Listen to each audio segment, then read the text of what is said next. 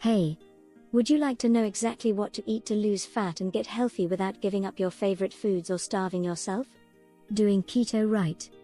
I'm gonna explain some basics, so listen up. If you'd like to get as healthy as possible by truly understanding how the body really works, make sure you subscribe and hit that notification bell, so that you don't miss anything. The ketogenic diet is getting more and more popular, but what is it really all about? Some people want to eat as much fat, but it's really more about how much carbs you're not eating. So the whole idea is to reduce insulin and insulin resistance, so when we eat something with sugar or carbohydrate, then the body has to create insulin to get that sugar out of the bloodstream. And when we eat carbs, we get a quick blood sugar rise, so we need a large insulin response, and over time that leads to insulin resistance. And that's the whole purpose of the ketogenic diet, is to undo the damaging effects of insulin resistance. So what is a high-fat diet? That's really the crux, because most people think that high fat is anything over 25% fat. Because most politically correct diets are low fat, which means 25% or less, so when we get up to a 40, or 50, or 60% diet, they think that's outrageously high fat. But the problem is 60% fat isn't high enough, because it still allows 40% of calories to come from carbohydrates and protein. And 40% is going to trigger a whole bunch of insulin still. So carbs have a very strong insulin response. Proteins have a slight insulin response, and fat has zero, or negligible, insulin response. So what most people try to do when they want to lose weight, is that they just try to cut back on everything. That's called starvation.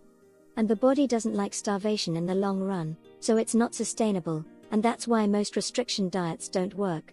Deprivation diets don't work. So if you cut back on the carbs, then you have to increase something else, and the only thing that you can increase without creating more insulin resistance is fat. Now the good news is, there are healthy fats. Fat has been demonized, because we have all these terrible processed fats. We have trans fats, and processed vegetable oils, and shortening, and all those fats are terrible, they will kill you. But it's not about saturated versus unsaturated, it's about processed versus unprocessed. So what you're looking for is whole healthy fats. Things like butter, and coconut oil, and olive oil, and even lard, if it comes from a healthy animal. Of course you can also include healthy vegetable fats, and fish fats from avocado, and fish, and nuts, and things like that. Those are all good healthy fats, and you can eat as much of those as you like. So the key is, in order to get the ketogenic effect, in order to get the body to rely more on fat burning than carb burning, to train your body away from a carb metabolism to a fat metabolism then, which is the only way to actually start burning the fat that is stuck on your body, you have to get very low carb.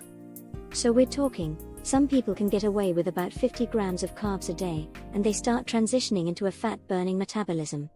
Other people, they're kind of so stuck in their insulin resistance, that they have to cut way back, maybe as low as 20 grams a day to help the body to transition and make those changes. So a ketogenic diet can be very beneficial for most people's health. For some people it might be the only way to lose weight without starvation. And if we starve ourselves, it's not sustainable, because your body will protest and you'll go right back to what you were. So how do you get into the ketogenic diet? How do you transition into it without feeling bad all the time? So first, you want to try to cut out your processed foods. They're usually very high carb, but they're also very low nutrient. So cut out the white sugar, the white flour, all the breads. And cut out all of the processed vegetable oils that have no nutrients, and are full of chemicals and rancid byproducts. Those are the things that interfere with your health. So once you've got those out of the way, now you have a more nutrient-dense food supply for your body. And then, once you've done that, you're less dependent on carbs already, and you're gonna have fewer cravings. So now you start gradually cutting back. Maybe cut back 10% per week on carbs and increase gradually on protein and fat. And then, once you're more into sort of like a paleo diet, you've eliminated grains, you're eating mostly vegetables and meat, and fish, and healthy fats, now your body is ready, so now you can cut your carbs way down. And you want to keep track of your carbs, you want to keep a food diary so that you know how much is going into your body, and now you want to get it down to 50, 40, 30, 20 grams. Whatever is necessary for you, and everyone is different, it depends on how our metabolism, or size, or activity level, how insulin resistant we are, how long we've had it. So the only way to be sure is to measure your ketones in some way, and you can do that by urine or blood, or by breath. And then, the next question is, once you're in ketosis, you're doing fine, you're losing some weight. How long do you need to keep that up? How long is a right time? Well, for some people they might want to do it for a lifetime, for other people they may not need to do it for a lifetime. So after you've done it for 6 months, or a year or 2, then you might feel like you've reached your health goals, maybe you have no cravings, you've reached a stable weight. You're feeling good. At that point you can either continue to do it, or you can try to reintroduce some carbs. And I would do that very, very gradually. And I would really notice how the body is doing. And the main reason that you would want to do it, is just to give yourself a little bit more variety of foods. So you can still be on a keto diet. What you want to have, is a lot of vegetables. Vegetables are low carb. They have a very low glycemic index, meaning that your blood sugar doesn't rise very much, because they have a low degree of sugar that is embedded in fiber. So it's released very, very slowly in the body. And you can have as much non-starchy vegetables as you like on a keto diet, but again, if you've met your weight goals and your health goals, then you might want to start looking at a more variety of foods. Then introduce it.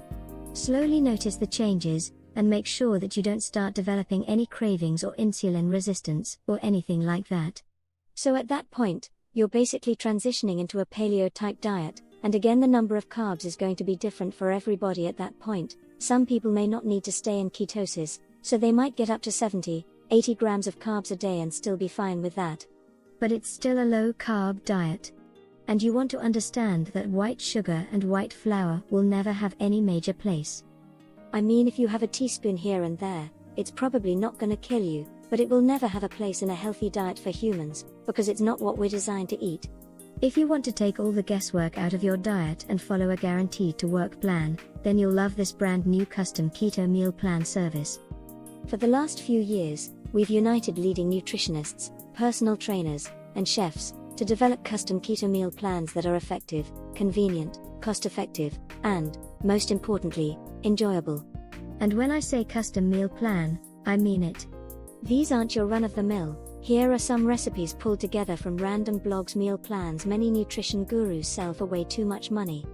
Instead, we tailor your entire meal plan to your own unique situation, needs, goals, and dietary preferences to ensure you experience optimal progress and follow a diet you enjoy. In other words, your days of suffering on ineffective and overly restrictive diets are finally over. It's time to start working based on a method that's best for you and you alone. So, how much fat do you want to shed? And how eagerly do you want to enhance your health? Week by week, you'll stand in front of the mirror with a tape measure in your hands and a smile on your face that won't disappear. Your stomach, arms and hips will be so leaned down, you'll think it's not your body, you'll have to pinch yourself to prove it's really all you. Is that something that would transform your life? If so, I urge you to take your first step to a leaner, healthier you. While this offer is still on your mind, click on the link in the pinned comment below to find out how you can finally gain control over your health and figure, and get started today. You simply cannot lose here, so click on the link in the comment to get your custom keto meal plan.